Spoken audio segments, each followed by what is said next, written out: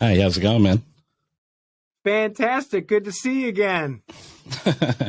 It's good to see you too, man. It's actually cool to be able to see your room different because the lighting seems to be a bit more brighter. Yeah, I have the overhead light on. I keep that for filming the other stuff for Faz Radio. I just keep it off and let the LEDs around keep the light up. Yep. So for anyone that doesn't know, this is Titan, and you're a part of the Faz Radio Podcast, and also is it what is it? CryptoFaz Academy, is that right? CryptoFaz Academy, that's correct. Yeah. Yeah. So we started the CryptoFaz Academy, and that pushed us into podcasting because the community hated seeing these big walls of text that we would put up there. They're like, you guys should just start a podcast. And we're like, all right, what the hell? Yeah, well, I'm not too sure who come over to Gala first, man. I don't know if we were there first, like Gravy Gang Guild, or if it was the Faz Academy. I think it was September of 20 that we got everything organized with CryptoFaz, and we were involved with Gala right about the same time. Everything kind of started all about that time, and CryptoFaz got famous with Gala because they didn't want any of the ROI talk. They didn't want any of the speculative talk. And that's what, of course, everybody wants to talk about. So Faz reached out over there and said, hey, we're seeing that there's a need to talk about that. Do you mind if we take that over here? They can talk about all that stuff here. You guys can focus on the gaming. And they're like, yeah, hey, thanks for helping out. And here we are today. Well, that's cool, man. So, like, you guys both have nodes as well, yeah? Yeah, that's correct. Faz was in a little bit earlier than I was. He called me up one day and he said, oh, man, they got these things like nodes, and he's telling me about it. And at first I told him, I said, you're crazy. This is nuts. There's like 3 people in a room and they're selling you something that's going to like print tokens. And I waited 6 months before I got into it, and that was kind of dumb. I was nerfed an incredible amount just by waiting that 6 months. So what would your buy-in be then if it was 6 months from Faz for a node? I got in, the price was, I believe, right around $7,500 at that point.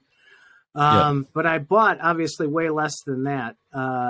The actual cost, because I had bought a bucket of tokens really early, with not 3 zeros and 2 or something like that. So when I exchanged, I waited for a pump, and then I exchanged it. So it ended up costing me in real dollars about $1,800. Yeah, well, that's not too bad. I think when I got in, it was around $1,300 to $1,700 USD for a node. Nice. Yeah, you beat me on that one. Yeah, and as soon as I bought a node, I think it was like the first week. Well, then we ended up starting the guild. Oh, no kidding! So very cool. I think we got in. Like, I started talking to Gala in I think it was December 2019, and then I think I bought the node in January. Oh, because wow! It was just after Christmas in 2020, and yeah, we've sort of been hanging around then. But the thing is, you guys actually make real content, where we mostly just shit talking in the Discord. We go off topic so bad, and with the addition of these after show conversations that we're going to be putting in, I think you'll see that we try and keep it more on the professional side when we're on air and when in the green room, and then after, I mean, we just go. It's like a bunch of guys sitting around with beers, talking the shit of the day, and we have a really good time with it. We always said, Faz and I, when we started up, said, this isn't going to be a job. This is going to be fun, and if it stops becoming fun, we know we're done. So we just try and go out and have fun with it, and most of all, educate. And Faz on one side of the education, I'm kind of on the other. I'm the realist. He's the dreamer. So we yin and yang very well together. Yeah. Well, I always like to imagine, even if it might be a bit self-centered, that you've come across our podcast and thought, what are these clowns talking about? And then made your own. No, so it was kind of funny because someone had poked us when you guys were doing the Gravy Guild, and they said, hey, they were talking about you guys over on that podcast they do. I said, oh, really? So I said, I'll go listen. And I started listening, and for the most part, I enjoyed it. You and I talked the other night. There was one or two incidents. I was like, yeah, I'm just going to go ahead and shut that off for this episode. But I'm sure people do that to us as well, because we can go off on rants, and sometimes Faz and I just argue way too much. So. Yeah, well, I reckon you have a good dynamic, man. It's like one of those things, though. It's hard to have a favorite. You know what I mean? Because a lot of the time, I feel like I lean more of your opinion, but then Faz will come in and he's got an elegant way of explaining things. And then I don't know if I'm smart enough to work out if what he's saying is true or it just sounds good. You know what I mean? It definitely goes both ways. You know, if you go back and listen to some of the early Faz Radio casts, we learned along the way as well. Some of the stuff that we talked about back then would be now what you'd consider wrong. But we learned a great deal over the course of that. We had some great guests come on that educated us. And I take it from the player's point of view, and Faz seems to take it from the developers or more the gaming side of view. And that's where it clashes, because that's where it clashes, I think, in real life, is the players have one view of things and the devs have another view of things. So it's naturally the same. That's mostly where I sort of align more with you, because I'm more on essentially the emotional side of being a buyer. Do you know what I mean? Like I hear you. Like when you're trying to buy a Vox, for instance, and then like you're paying almost like $150 to $200 in gas, and then you have some whale that comes in, spends $400 in gas, and then they cut you out of the line, and then you're left with nothing other than a gas fee. You know what I mean? So like I can see. But then in those scenarios, though, it seems that Gala seems to come forward and actually correct it. So I'm pretty sure of that. In that regard, it was like, was it the Miranda's Fox that they gave out? I think it was the Miranda's Foxes. You got a ticket if they ended up, if you lost your gas money and didn't get a Vox. Yeah, they have. They've come around on quite a few of those. That's the important part, and that's kind of what I was talking about even last night. And if mistakes happen or there's changes or bad things, as long as that entity that made the mistake comes up and takes responsibility for it, I have no more problems. I have no more complaints. It's when it hurts the community in one way, shape, or form, and it's not addressed or corrected. That's when you hear me stomping on the ground and hollering so much. Yeah.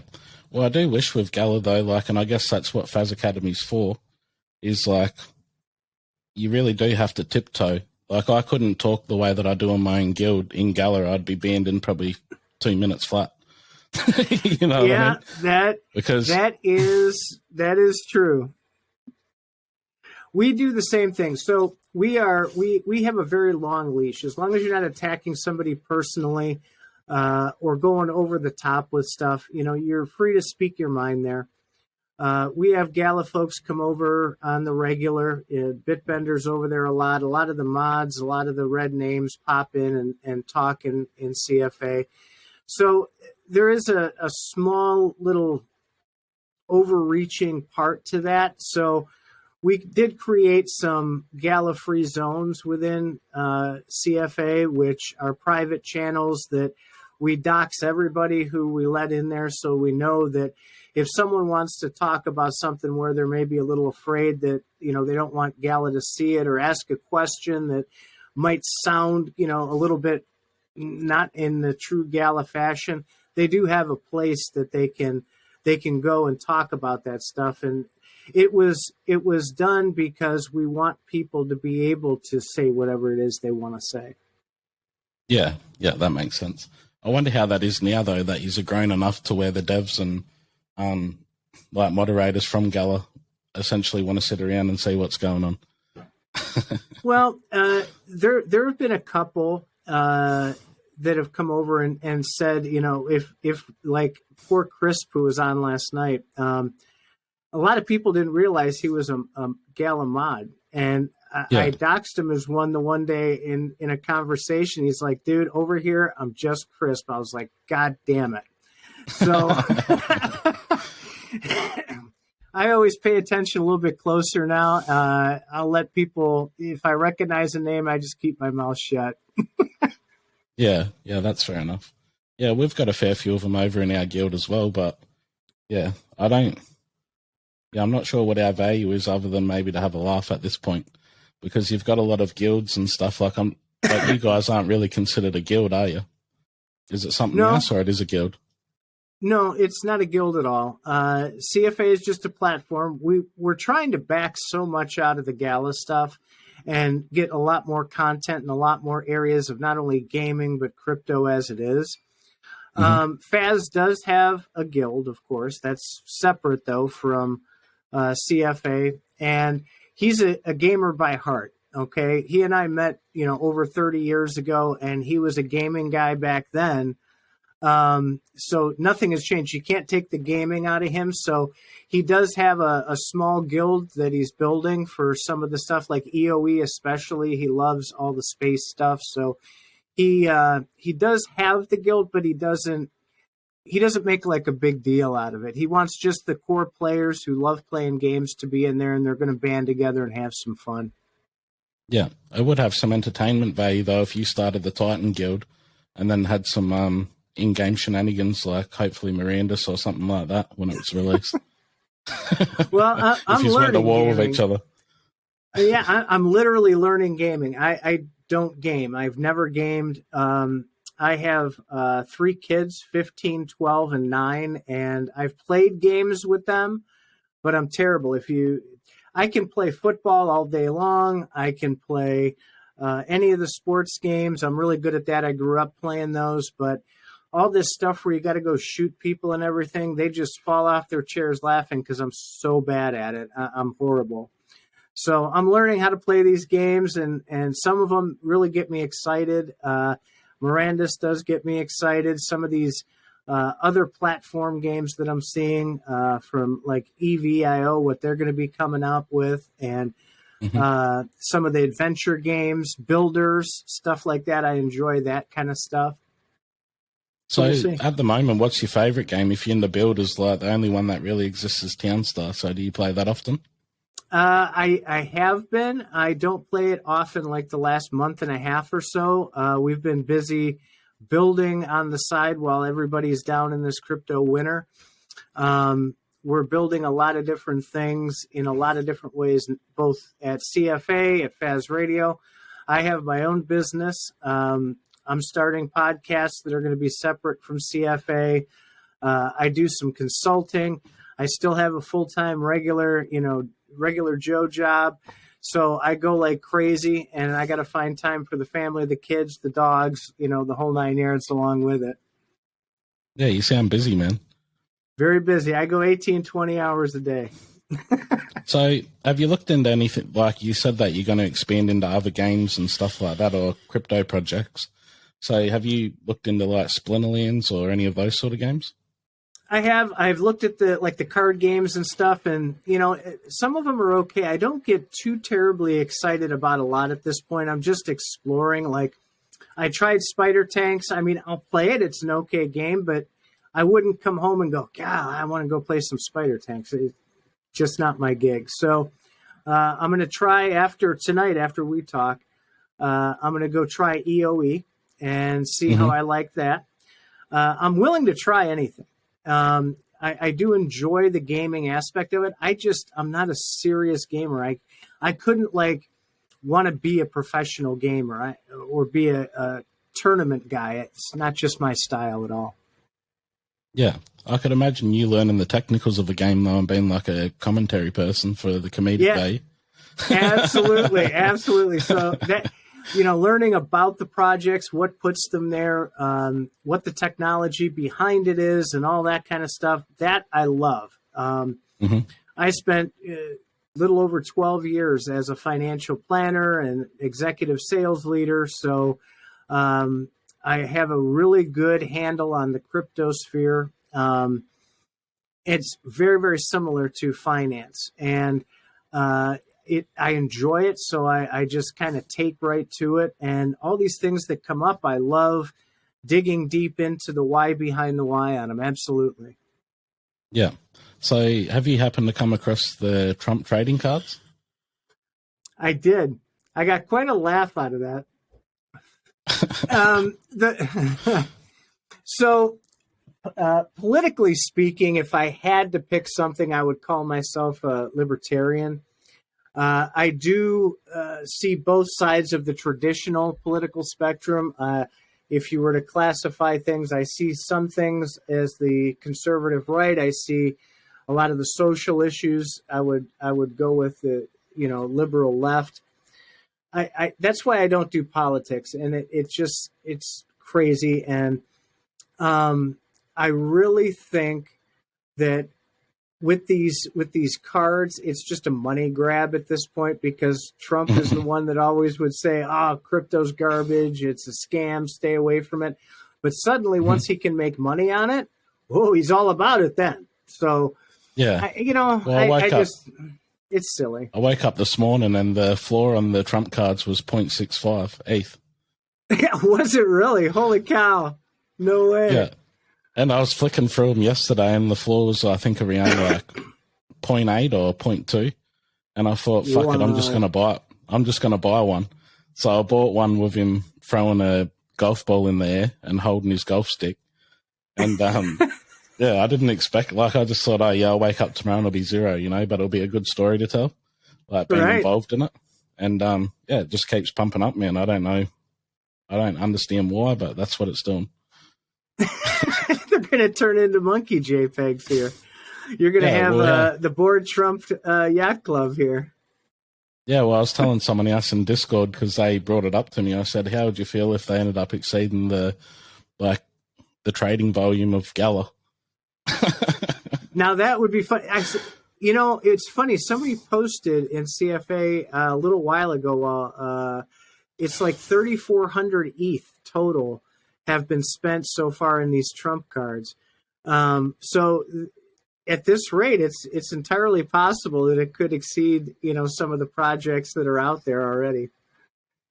Yeah, well, I think the closer it gets to 1 ETH, it's rather going to tank or it's going to just go. So I don't know, man. I don't believe in any of the project. Like if I won a dinner, which is on the table, I definitely wouldn't go to that. But yeah, if it goes to 10 ETH, I'll sell it. Hey, if you can make a couple bucks on it, that's awesome. Yeah, well, I see that the dinners are up for sale as well, man. Some people are selling them for 9 or 10 ETH. So I think they've only sold 4 ETH worth. Yeah.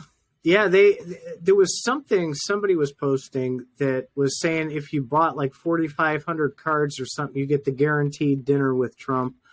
So yeah, that would be, if it tripled in price. Yeah, absolutely. 9-10 ETH easily. Yeah. Well, I think I was reading on Twitter, someone was saying that the limit that you could buy was 100. So I'm guessing it might be in secondary sales, to be able to get the 4,500 or whatever it is.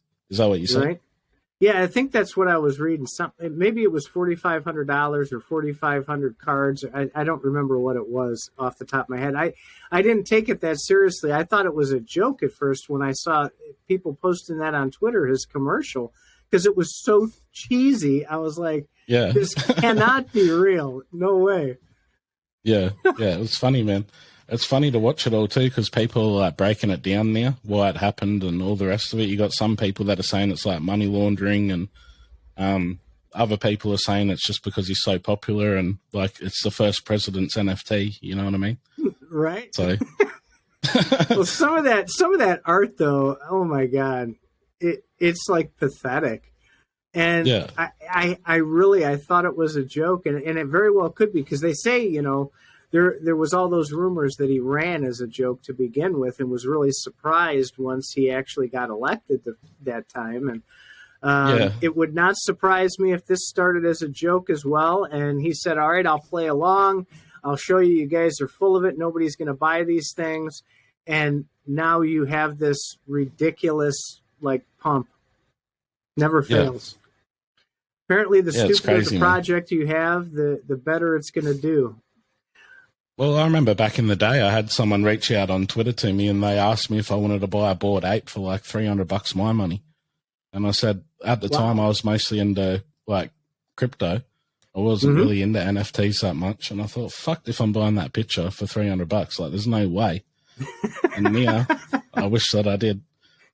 It's all hindsight, isn't it? Oh, hindsight. The only real story I have for hindsight, it was probably right around 2010, 2011. They had this program at Google. It was called Google Circles. And it was a way to where it was like this social media kind of thing they were trying to create within Google. And you would get all these people in your circle, and then it made it easier to collaborate with them and the whole 9 yards. Well, I was learning business back then because I had just started another business. And so I had all these people who had been successful in starting businesses. And this woman, I can't remember her name, she had DM'd me the one night, and she says, hey, do you have a few minutes to talk? I see that you used to be a financial planner and wanted to ask you something. I'm like, yeah, sure. So we get to talk, and she says, have you ever heard of Bitcoin? And I said, yeah, I've heard the name, and we get in this big discussion, and here's my dumbass who doesn't know any better. And she says, well, this could be like a really big thing. And I said, you know what? The United States government isn't going to let anybody put a currency out, and she's like, well, no, but you don't understand it. I'm like, oh, don't tell me I don't understand. I know what I'm talking about. I thought I was still the shit, Yeah. And so I blew it off. I didn't think anything of it. I laughed about it later. And sure enough, here we are today. And had I done it back then, I could have been buying Bitcoin for $1 and been retired today and sitting real pretty. Yeah, well, that's a hard one to swallow. It is. That was the dumbest conversation I ever blew off. And I learned to become very humble very quickly after that. Because a lot of people don't have open minds. And that was the biggest lesson I had to learn back in that, 2010 to 2014 time frame for me is, and it was Faz actually who taught me that lesson. And I had to drop all of that, and I had to open myself up to at least listen to what other people have to say. I was very set in my ways then. And once I did that, life got way, way easier all of a sudden. And that doesn't mean I can be led by the nose down, the primrose trail to getting totally beat up with it. But I've learned far more in these last 10 years or so by just opening up my mind and listening to others more than I do talking. Yeah. Yeah, well, I think that's why a lot of people do like the podcast format, because you can learn, you can walk around with your headphones, you can do the jobs you need to do around the house if you need to, and you can learn something in the meantime. That's the thing with the internet now, like before you would have to read a book or whatever. Now you can actually do audio books for people that are on the go. And then, absolutely. There's so many intelligent people, man. You know what I mean? It's like I was listening to a Lex Fridman podcast, and he said a lot of my best friends don't even know I exist because, you know what I mean? Like he connects with a lot of people he listens to, but never speaks to them. Absolutely. I do enjoy Lex. He is on my podcast list. I don't listen to all of his. Some of them can be they just bore me to tears. But a lot of what he has to say makes a lot of sense. I do listen to Peter McCormick on occasion. Seyfuddin Ammous, he's one of my favorites. I listen to those during the day while I work. And it really, some of these people are so ridiculously smart. And I'm like, I'll get home after listening to something really good, and I'll be like, man, I have no business being on the podcast waves when you hear something like you just heard, compared to the crap, some of the stuff that we throw out there, about gaming or whatever it is. And I'm like, man, we got to get better at this. We need to get to that bigger level.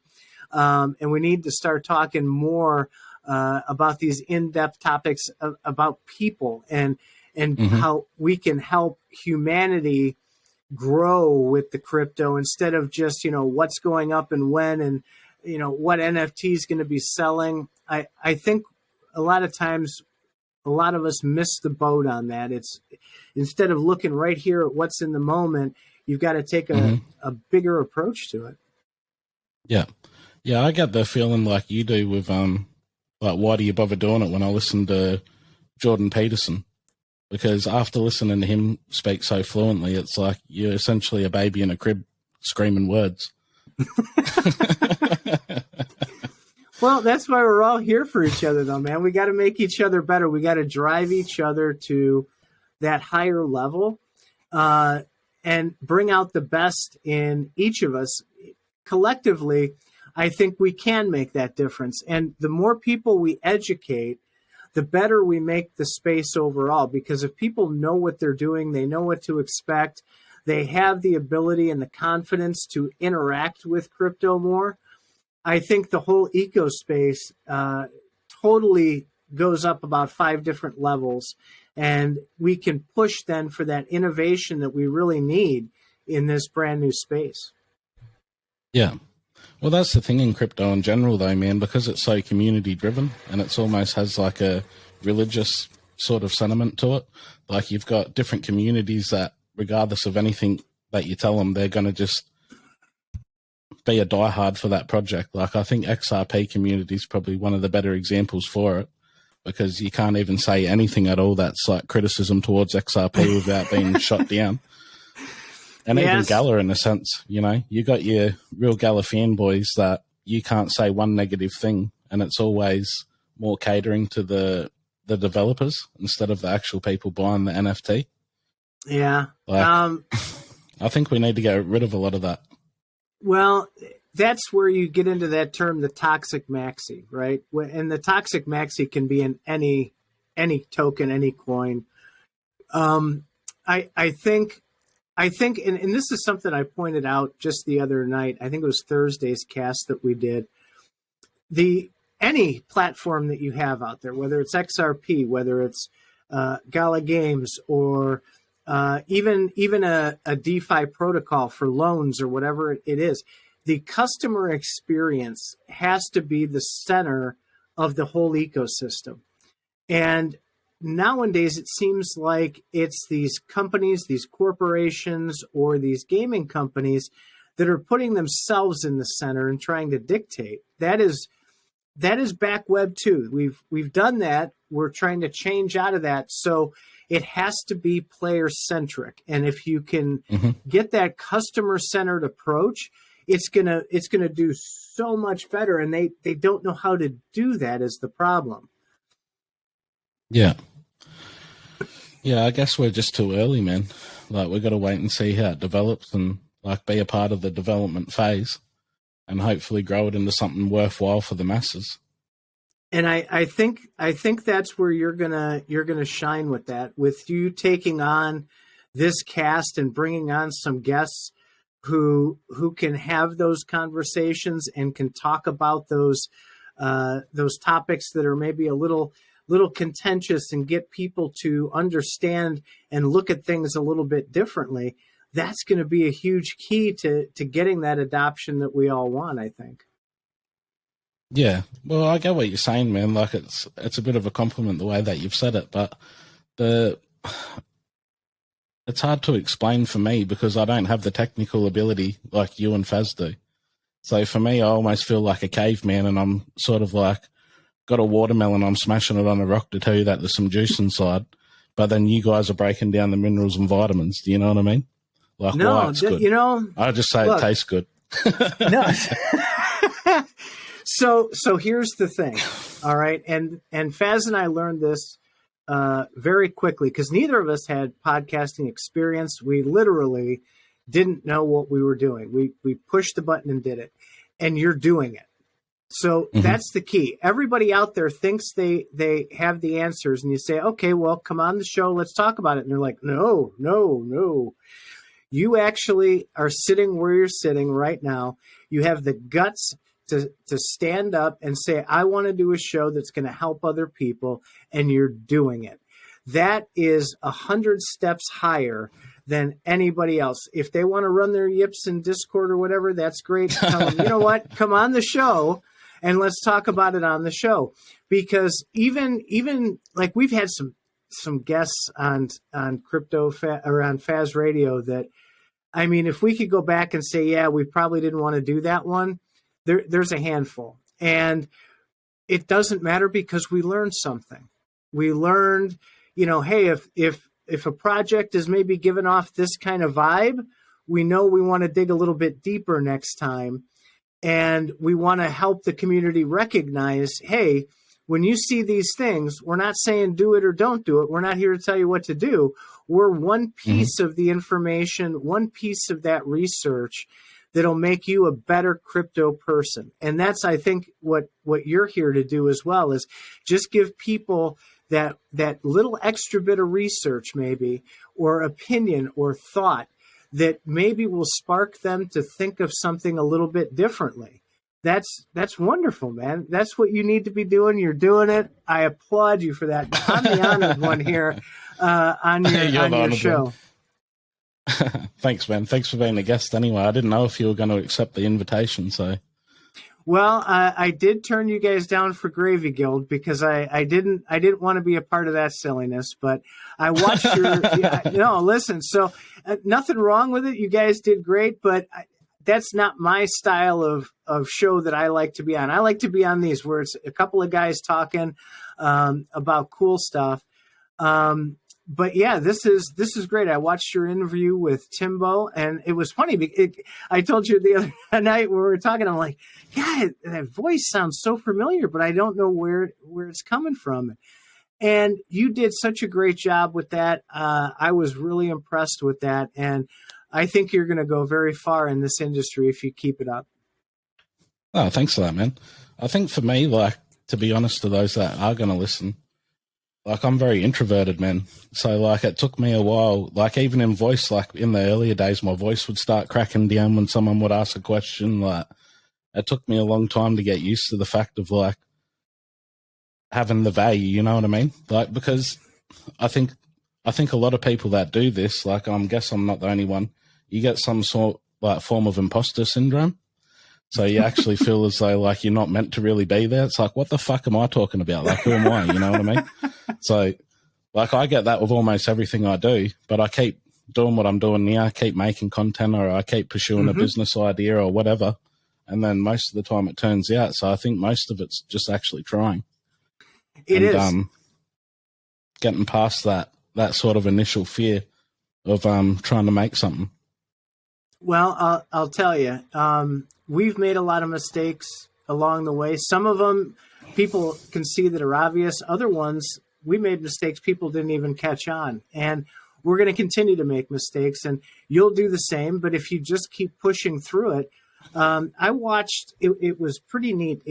3 nights ago, I have to give my brain a rest from crypto every so often, or I go crazy. So I'll stop doing all the hardcore crypto stuff, and I'll just pull up like rando videos on YouTube. And I watched it was a 30-minute piece about Mr. Beast. And they talked about, they interviewed him, and he was talking about at the beginning. He studied everything, and he became an expert on YouTube and what people wanted and how to build that content. And he said, we started out and we sucked, and everything sucked, and people told us we sucked, but we kept doing it. And he said, after I had 100 episodes under my belt, he goes, it suddenly just blew up. He goes, I couldn't do anything wrong at that point. And he goes, we would make mistakes. People wouldn't even see it. And so that, you've got it absolutely right. Just keep putting out the content. Not everybody will love every piece of content, and that's okay. But for everyone who doesn't like this piece of content, there's going to be 5 others who do. So you just do you be true to yourself. And that's kind of what we do. That's what you should do. Just go with what you want, and it'll be, I think, a fantastic success. Doing it is 3/4 of the battle. So being someone that generally has a co-host like yourself, like doing it in the one-on-one format, do you find it any different at all, or it just comes natural to you? You know, I think if I didn't have 83 shows under my belt, I would be a nervous wreck right now. But I'm like so used to it now. And Faz and I do so much talking, like offline. We talk, every day for at least an hour or two. And a lot of these things that we talk about end up on Faz Radio in the form of a conversation or continuing an argument or whatever the case may be. But I think at this point, just because it's so natural for me to be wearing these headphones and talking into a mic, I don't think the format matters so much anymore. And once you get used to having the headphones on every day and having the mic in front of you, it doesn't.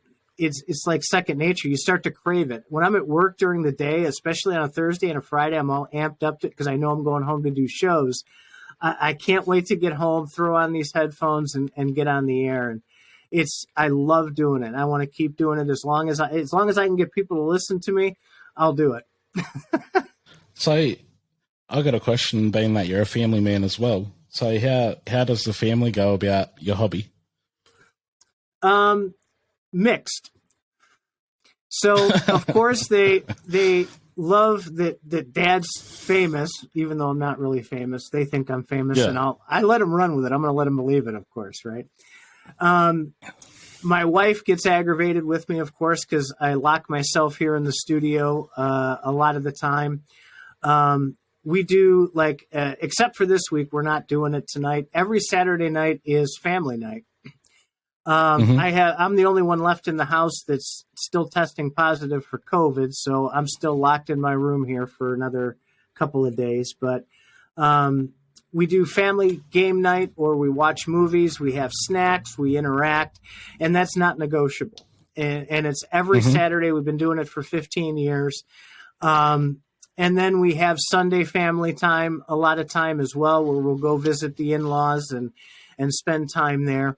Holidays, we definitely take a break, but she knows I'm building. I'm not very good at it yet now, mind you, but I've been building websites lately. So I had my first 2 actual paying customers. So she knows, it's not just me fooling around. This is like a serious thing. So she supports it. She just, obviously she misses hanging out a lot. So we're hopefully going to get to a point down the road where we can spend more time together. My wife is a ghost hunter, and I'm developing a podcast for her and her ghost hunting team. So that experience that I have, I'll be able to pass on to her. She wants to get into all this stuff. So it's kind of turning into this family business, this podcasting thing. Oh, that's cool, man. So I'm guessing then her having the mindset to do something like ghost hunting and stuff like that, it wouldn't have been too hard to sort of get her on board with the cryptos at all, being that she's open-minded, or? Yeah, so she doesn't understand it, but she loves looking at the balances during the bull run, of course. She doesn't want to look at it during these winter cycles. It makes her cringe, but my kids are very into it. My middle, who's 12, he's a fantastic story. So he was into it. He's always been into money ever since he was little, 2-3 years old. He's been into money. And so, of course, when I got into the crypto thing 3-4 years ago, he wanted to be into it too. So I set him up with a wallet and taught him how to trade and all this stuff. And so out of nowhere, he comes up, he goes, "Hey, Dad, what is this? Somebody sent me a whole bunch of tokens." And here he had found and been trading on 1 inch. And so he, with the airdrop of 1 inch, he ended up with like $7,000 worth of 1 inch tokens. He hit like the lottery with this. And so I begged him. I said, don't spend them, keep them. Well, you know, he was like 10 at the time. He's like, well, can I spend some of them? I said, yeah. So he spent some of them. He bought himself a big gaming rig, big gaming computer. He bought a bunch of Gala for a year. He took all of his birthday money. He bought Gala tokens with it. He ended up, the kid at one point, he had $22,000 in his crypto wallet, and he's 10 years old. I mean, it was... That's crazy, man. Yeah, it is. I'm like, this kid, I couldn't imagine, you know, being 10 years old and coming up with $22,000. But... well, you know which kid to be the nicest to, yeah. Absolutely. I told him. He might be the entrepreneur, man, the trader. Well, yeah. And so he's like Mr. Lucky, too. I used to pay him allowances in crypto. And I had made a bunch of trades with this token called Loopring. And I had made a ton of money on Loopring because it was bouncing all over the place. And then it just kind of went and died, right? And it sat for a couple months, did nothing. And so I told Caden, I said, hey, do you want these Loopring as your allowance? I said, I'm kind of done with it. And he's like, oh, yeah, I'll take whatever you got, you know? So I sent him these Loopring tokens. 3 months later, I sent it to him. It was like 18 cents a piece. I come home, and he's running down the driveway to my car as I come home from work. He says, Dad, Loopring just hit $1.10. And I'm like, oh, shut up. Really? So, I mean, the kid just knows what he's doing, man. If he gets a pick, I'm taking it. Man, you could almost start like a, what do they do? They always have a joke in crypto, like start up I can't remember what it's called, like a trade group sort of thing. Like a paid group. That's it, a trading paid group. With that sort of story, you could almost set up a legitimate one with that. Yeah, I'll market it. Trader. Yeah, here. My 12-year-old will pick your portfolio for you, and you'll do really well. Well, if he bought in the Gala when it was like, I think when I first got in, it was 0.007, I think. Or it might have been 0.07. But it was less, I'm pretty sure it was less than 7 cents. Yeah, it was. So like if. Yeah, it was and way then we back. hit $1. Yeah, it was way back. I know I bought with 2 zeros and like a 5, so it was like half of a cent when I was buying a bunch of it. And we did a whole show on that because we got into this big argument about whether it was smarter to buy NFTs or smarter to just hold the tokens. And of course, I won that argument because if you'd have kept all your tokens you bought back then, you could have not only bought more than you have now, but you'd still have more tokens left over. So I'm big on the token side. I'm not as big on the NFT side. You know, I think the earn part of play and earn gaming has a long way to go before it'll be lucrative enough to be, you know, worthwhile. So I enjoy the token side of it. And the further along I go, the more BTC maxi I become. I have I'm getting that way too. About 60 tokens in my portfolio, and once winter ends and I can make profit back on a lot of those, I'm going to get out of that. And there's like 2 or 3 big ones I'm going to stick with and run with that, I think, going forward. I am an XRP believer. I am not a super fan. I think it'll go somewhere, but I don't think it's going to go as far as people think it will. I think my biggest gripe with XRP is I find the community itself toxic. Like I don't mind a little bit of toxicity, like for a bit of combativeness sort of thing in discussion, but I don't like how toxic they can get. It's almost like a religion, like I said earlier. And the thing that threw me off of XRP, because I don't really know the fundamentals of everything, but I didn't like the whole concept of trying to be the banker's coin. Because to me, the reason I come into crypto was for the opposite viewpoint of that. Like, I don't want to buy into a crypto that's a back end to a fiat currency. Do you know what I mean? Oh, I hear you. So, I think so at the moment, think it'll be a moneymaker, yeah, you know, because it is a very easy, quick way to transfer a great deal of wealth. Like, you know, Bitcoin has Lightning Network and Liquid Network, and there's some others in the mix that make it very quick, very easy. The problem is with the scaling on size. It's hard to send 5,000 or more on Lightning Network. Those are made for smaller transactions. We haven't grown, I guess, in that aspect yet to get to that kind of scaling. Yeah. Well, I think for me, I mostly hold, obviously, Gala. And then I've got BTC. I don't like Ethereum at all because I think the gas fee's a joke. But I do hold some of that just for the NFT. You know, you have to have it. Right. So, and then Cardano. So I've been a pretty big fan of Cardano now, probably since probably when it first released. Like, I did hold it all the way down to a 98% loss, and then kept buying through that period, and then watched it, you know, shoot past $1. So very cool. I have some ADA tucked away in ADA Lite staked over there. Yes. I've reduced quite a bit, but I'm still a fan of VeChain, the VET token. And I reduced my position there, but that has paid off pretty well. And I think that has a legitimate chance to go somewhere as well. Basically, the way that I look at it, my outlook is if it has its chain, right, and it's not a token, it's an actual coin, I think the utility will be far greater, and I think those are the ones that are going to survive. A lot of these tokens that are just created out of thin air, I call them lottery tokens because it's like playing the lottery with them. I don't think a lot of those are going to make it. Yeah.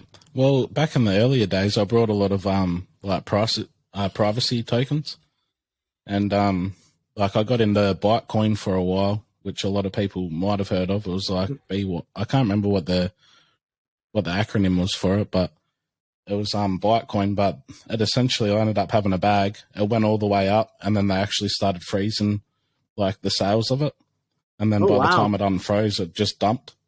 And that just sort of turned me off it because I thought, you know, like I could have made a neat $7,000 in that transaction.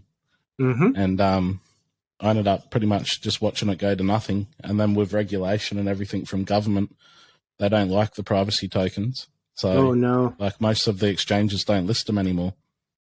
It's hard to get a hold of a lot of those. Zcash is harder to get a hold of. Monero is, well, not so much. Kraken carries Monero. But you can tell, like I was attracted to Monero because I saw the article that the American IRS has a bounty out to anyone who can crack how to track Monero. And I said, that's what I'm interested in. And not for anything nefarious, of course, but I am a big believer in that privacy aspect of it.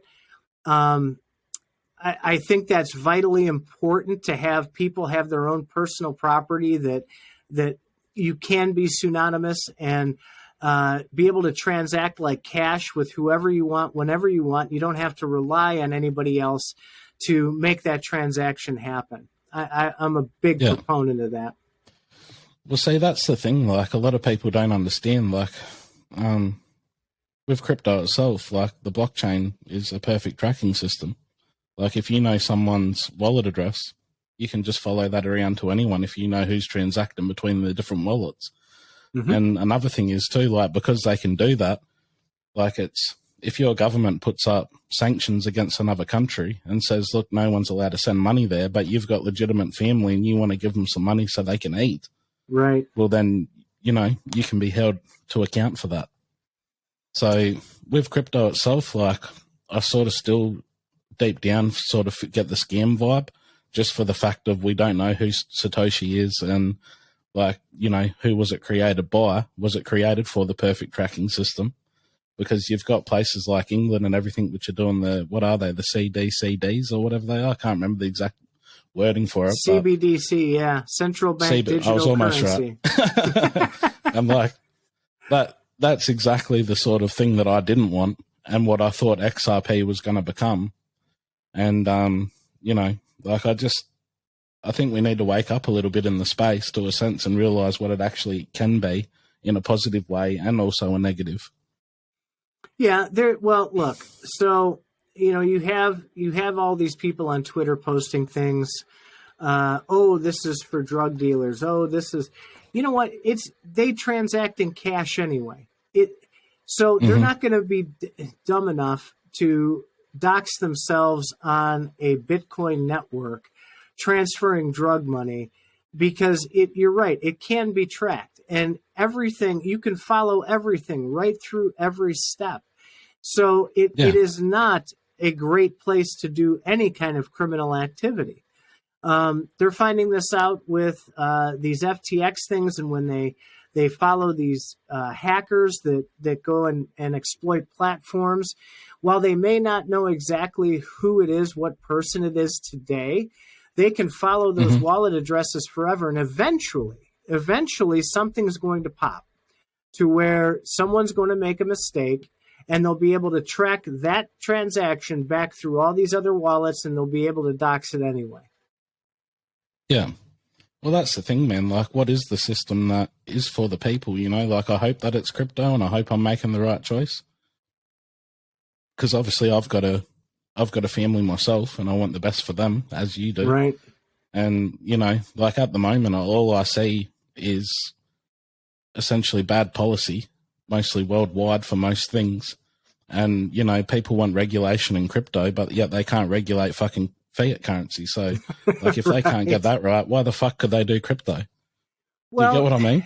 No, I totally get what you mean. And you're right. So what it seems like is a lot of these projects that come out are taking and trying to make crypto into a standard fiat type instrument, and it just doesn't work that way.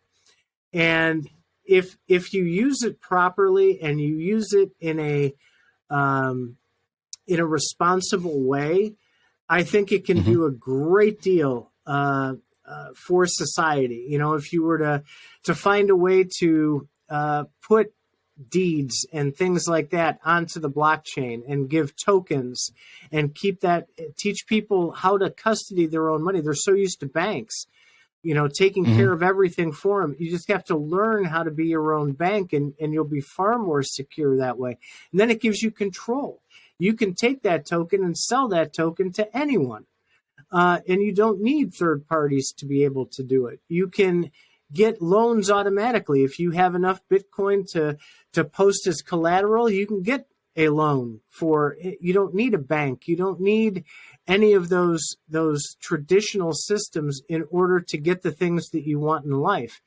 And that's a big threat, because that's big money that they would be missing out on. People's businesses have been built on that over the last 100 years. They don't want to see that go away. Well, I've even noticed here, like, the adoption, like nearly every service station we have essentially has an FPOS machine, or I don't know what they're called, actually, like where you tap your card for the pay wave. Like, it comes up on there saying it accepts cryptocurrency. So most of them now over the last couple of years have been converting to that system. So even traditional, well, not traditional, but the general populace that own these small businesses are seeing the value in crypto. Well, I hope to see that a lot more. I'm seeing a lot more Bitcoin ATM signs in the area that I live in, which I think is a great first step. A lot of people are still afraid of it, though. There are systems out there. They're still quite centralized. Jack Mallers, who is part of the Bitcoin developers, he's one of the big developers. He developed Strike. And that wallet now allows you to direct deposit your paycheck, and it can be kept in Bitcoin or in cash. And you can go to a lot of the point of sale terminals and use it as cash. So it's starting to kind of come around, but not quite there yet. There's still a lot of business owners who don't understand that, you know, the technology is there to where you can get the cash instantly. There's no settlement. You don't have to wait 3 days for your credit card company to pay you anymore. They're nervous about it. It's brand new technology. Well, it also doesn't help either, man. Like, you come straight out the gate, like, BTC's like 25,000 AUD at the moment, so that's like my money. But like Ethereum, the second most popular cryptocurrency, like, it doesn't have much wiggle room to not make mistakes, because if you just want to play around with a wallet and send money to one address and then send it back, it's costing you at the moment, like I can only speak for AUD, but it's like $3. Mm-hmm. You know what I mean? So if you do like 3 or 4 transactions and you're spending, you know, like $12, whatever, like, that's a lot of money for a lot of people. It is. And so that's where the Lightning technology and some of these layer 2 solutions are trying to solve that issue. I'm with you, though. I don't think ETH is going to be anything for the masses or for retail. It's going to be a transactionary coin, and I'm not sure it's going to go very far anymore. Yeah. Well, I say like BTC is like something that I really wouldn't like spend. It'd almost be like owning a chunk of gold. Like, it would just sit somewhere, and I just want to keep it there and make sure it's safe, and hopefully it goes up in value. Absolutely. So the way that I approach it is I have 2 Bitcoin accounts, and one of which is for future spending, one of which is for just passing on, because I want my kids to be able to enjoy that later down the road, and maybe grandkids or anybody else, so that down there, you know, where it maybe does hit $1 million per Bitcoin, they have enough of it to where they won't have to worry anymore. Because in order to put that amount of fiat away with how much inflation is running up and everything else, it's far easier to do it with Bitcoin and let the people who find the uses for Bitcoin to make that pump for them. And hopefully it's not just a meme token by the time they want to use it. Yeah. Yeah. Well, I reckon that we'll probably wrap it up, man. We've hit nearly an hour now. So it's been really good having you on as the second guest anyway for the show. I appreciate it. I'm honored. Hopefully I can keep the motivation up to keep doing them, because, you know, people want consistent content. And, you know, it's just hard to find people that you like, that I find likable, and someone that I want to listen to, because obviously it's going to be difficult to talk to someone that you don't really respect, sort of thing. But it's actually hard to find that line with people, because, you know, you rather don't have something in common, like Gala itself or other crypto. Right. Or they're, you know, I've had a few people reach out, man, and like they're known to go pretty haywire in different guilds and all the rest of the stuff. And it's like, yeah, like I could see the value in having a conversation for the fun of it. But, you know, I don't think it's something that I want to put with my name and face and then put out into the ether. I think you're going to do just fine. I like your format. We had talked about, this is like the perfect format, in my opinion, not only for as a guest, but as a host as well. And it makes people more comfortable talking about things when you don't have a strict schedule to go by. You just talk about the things that are passionate to each other. You share views, you oppose on some views, that's okay. But getting out there and educating and having a good time while you do it's the most important part. Yeah. All right. That's awesome, man. We'll end on that, because that was a good note. But I'll hit stop now, and I think it takes a little while for yours to upload, but I'd like to talk to you a bit more anyway. Sure thing. So thanks for being on, man. Thanks again.